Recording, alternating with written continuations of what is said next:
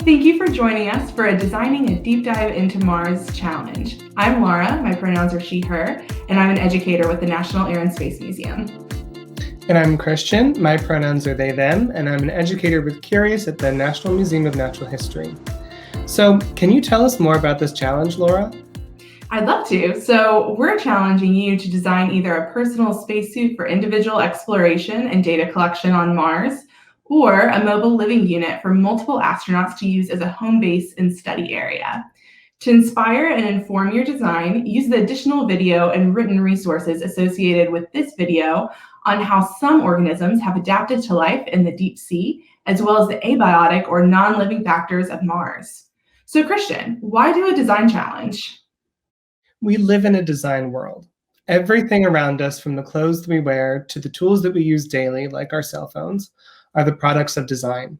A design challenge is a problem to be solved, and a chance for people designing to think more deeply about how things work.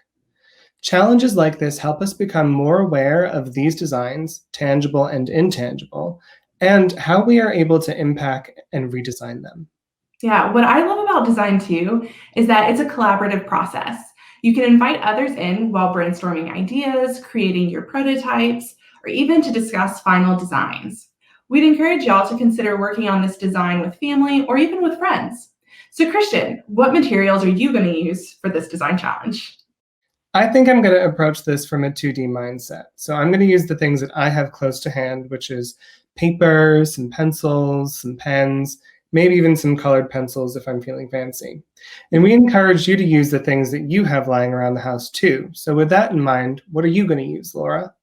Yeah, that sounds awesome. I think I'm going to take a deep dive into my recycling bin and see what all I have there. I know I have some water bottles, some cardboard from boxes, some strong paper from shopping bags. I know I also have things in my kitchen like aluminum foil and wax paper and toothpicks that I can use, and marshmallows. You never know when you can use marshmallows. And then I also have some really handy sparkly pipe cleaners that are laying around, so I think I might use those too.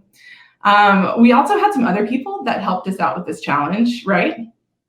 Yeah, make sure to watch the workshop video featuring explainers and Q Crew from our museums to see the design process in action, and the design review video to see everyone's final designs and learn how to submit your own to us. Yeah, we also have some written resources for both caregivers and teachers. If you're a caregiver, make sure to check out the caregiver guide for questions so that you can talk through the design process with your learner. For teachers, be sure to check out the instructional guide for standards that this challenge aligns to. I'm looking forward to seeing what you design, Christian. Me too. Let's start designing.